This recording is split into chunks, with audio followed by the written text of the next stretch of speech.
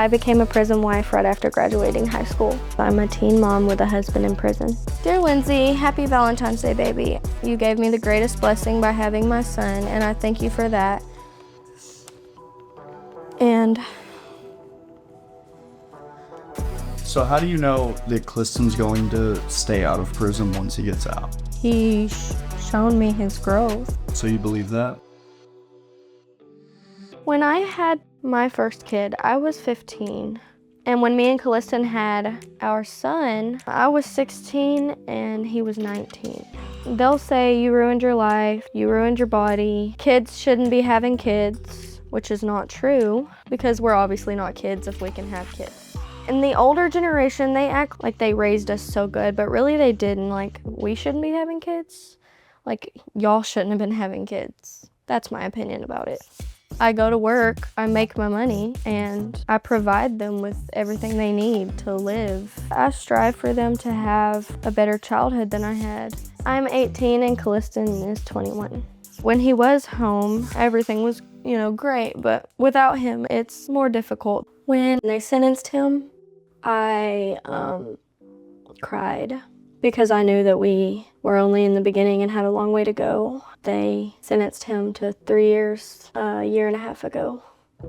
I keep him up to date with our kids' lives by sending him text messages, and when he calls me, I'll talk about them, what they're doing, just to let him know that they're okay.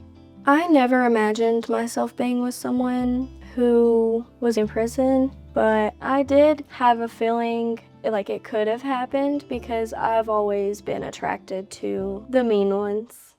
So how I met Clyston was, I was dating a guy he was friends with at the time. And my ex-boyfriend, I had caught him cheating on me. And then basically to get back at him, I got with his best friend. And we didn't start dating until I turned 16. Clyston is really calm and very laid back, but when he's around me, he's goofy. He's not really, he's not a bad guy. He has been away for a year and a half. He's got 2 months until he sees the parole board, and he should be coming home. He says that when he comes home, we're going to get married. I've written him a letter every day since he's been gone. I always put on here that I can't wait for you to come home, and I know you're not gonna be there very long, you got this. Some people will say I would have just left him, or you should just leave him, it's not worth it, why would you wait on someone? He's mainly worried about me finding someone else while he's in prison, and I tell him every day that's not going to happen. It didn't. Never did. So he always, at the end of when he's writing me a letter, he'll always say love you to the moon and back. And this bear, it was my first, when we first got together, the first Valentine's Day that we spent with each other, he got me this bear. It says love you to the moon and back. This one is one from the prison.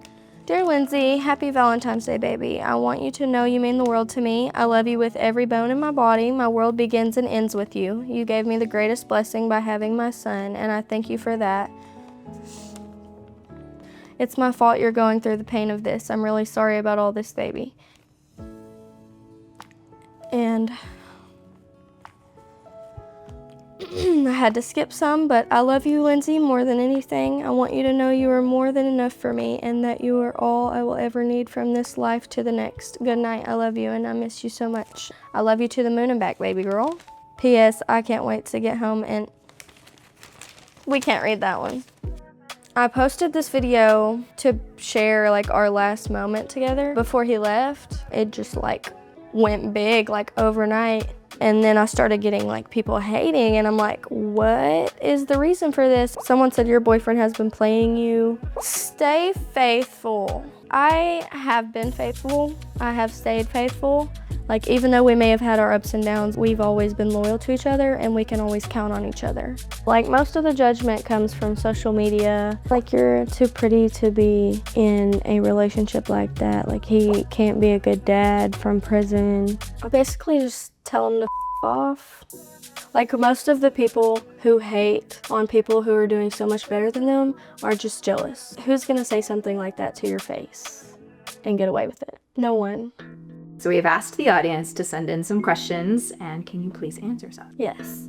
Are you sure you're the only one keeping him happy, entertained from the outside? Yes, I'm positive. He doesn't put up with cheating. I don't put up with cheating. How do you make the relationship work? Well, it's not that hard when you love someone to make it work. You just be loyal to each other, communicate with each other, and let each other know that you're there for them and you're gonna be there when they come out.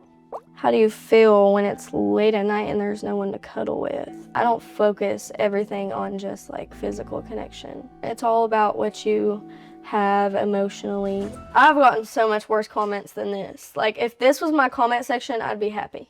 My brother Dallas and Anna are coming over today, and I'm interested to hear what they have to say about my relationship. I'm pretty positive they're going to have nothing but kindness to say about him. When Lindsey first told me that Clyston was going to prison, I was pretty sad actually. I was disappointed. I lost hope for her moving forward. Going into motherhood again alone, I was worried for her. I feel like Lindsey is giving a lot.